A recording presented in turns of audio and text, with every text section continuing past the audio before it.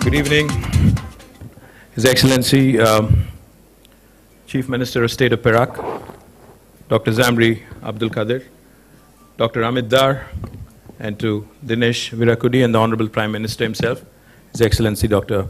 Ranil Wickramasinghe. I'm a little surprised too that I get to speak after the Prime Minister. I'm guessing they went in the order of age, so me being the oldest, I think I get the last opportunity, last word here.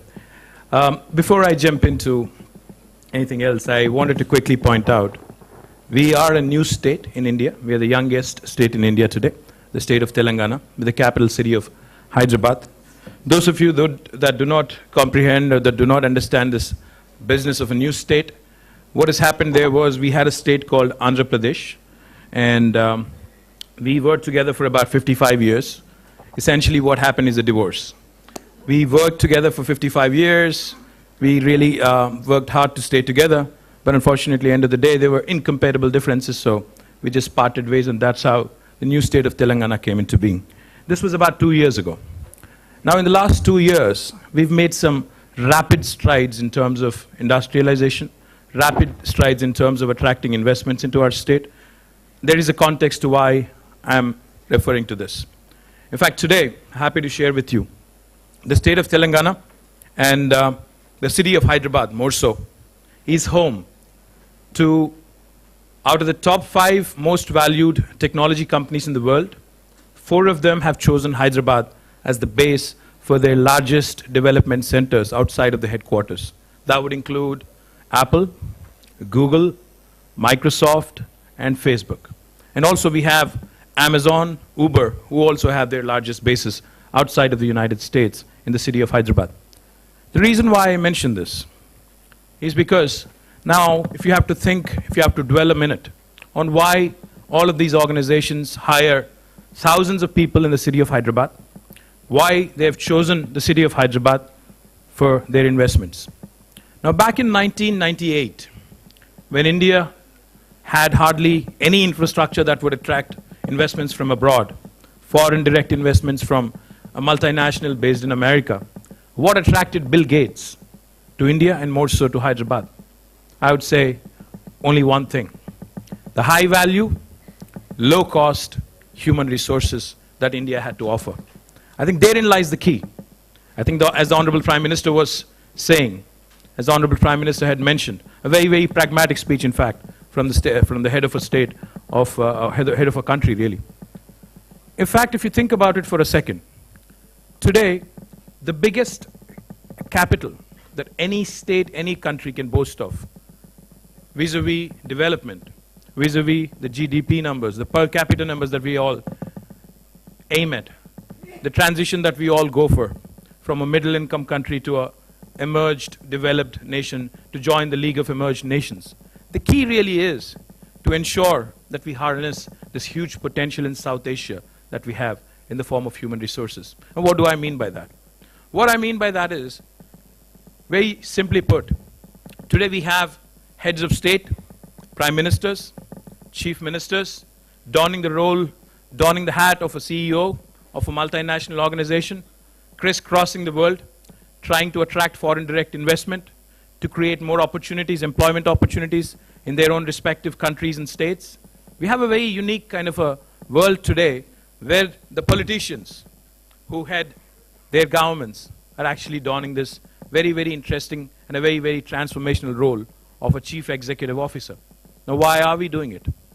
Why am I here talking to several investors, potential investors in Colombo?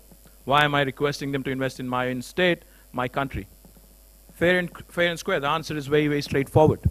Today, we have a hugely educated, employment-oriented human resources base, which has to be harnessed to its full if we really have to fulfill our potential as a country.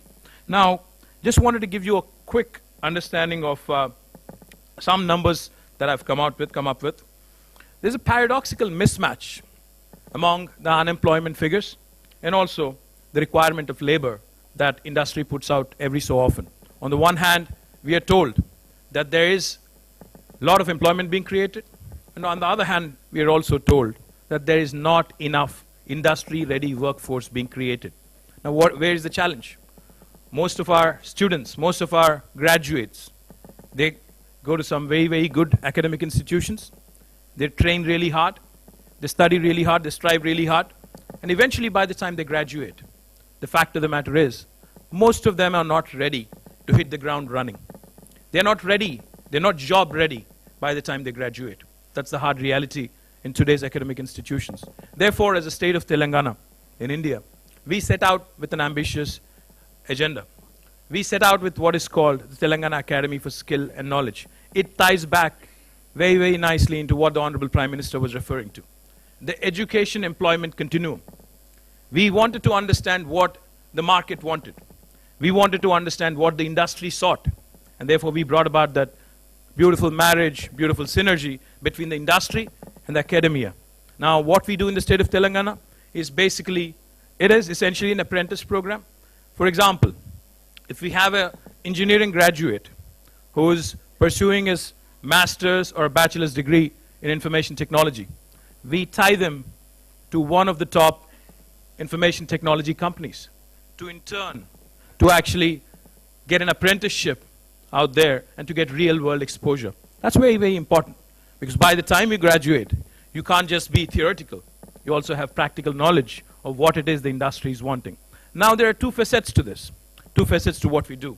While on the one hand, we try and improve the employability quotient of our students, on the other hand, we also are trying to instigate, trying to inspire our children, our students, to also not just be job seekers, but also be job creators. Because effectively, end of the day, Prime Minister talked about creating 1 million jobs. But where are we going to create this 1 million jobs from? On the one hand, we have to ensure that our students become industry ready. But on the other hand, we also have to inspire. We also have to instigate. We also have to provoke them into thinking big. Because in a world where technology has really made it flat, in a world where the next big breakthrough, in a world where the next Google, next Twitter, next Facebook, or next big disruption can come from any part of the world, including Sri Lanka, in a world where technology gives you that level playing field, I think we have to have our children dream big. We have to have our children, we have to have our youngsters think big and plan for bigger things as well. Because effectively, end of the day, unless you inspire them to be entrepreneurs, unless you inspire them to actually be job creators, you will not have those 1 million jobs being created by way of training. It has to be a combination of skilling and also entrepreneurship being promoted. To that effect, today in our capital city of Hyderabad, we have created India's largest technology incubator, where we offer mentorship.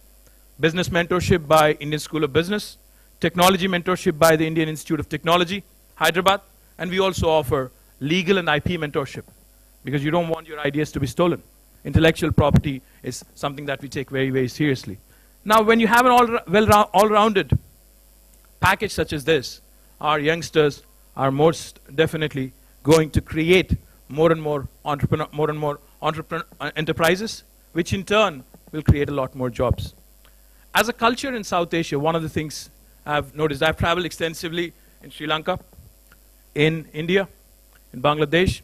One of the common themes, if you notice in South Asia, that runs across, we don't really train our children as a society to be entrepreneurial. We don't really push them to actually dabble in innovation. We actually, a lot of times in India at least, stifle entrepreneurship right in an early stage. When somebody wants to take a risk, when a child actually wants to go out and start an enterprise, more often than not, he's not encouraged, he's discouraged.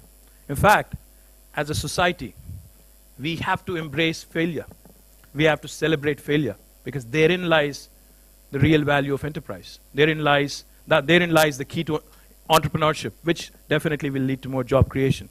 So all I want to leave you with, one simple thought, because after the Prime Minister has spoken, I didn't want to go back to my text and give you a long-winded speech. All I'll say is one thing before I leave the podium. If you think imparting skills is expensive in today's world, try ignoring it, because it's only going to be more expensive in days to come. So therefore, once again, I hope that the Human Capital Summit in Colombo, the deliberations over the next 2 days, will give you a lot of inputs into formulating your policy will not only create job seekers, but also a lot of job creators in Sri Lanka. Thank you very much for the opportunity.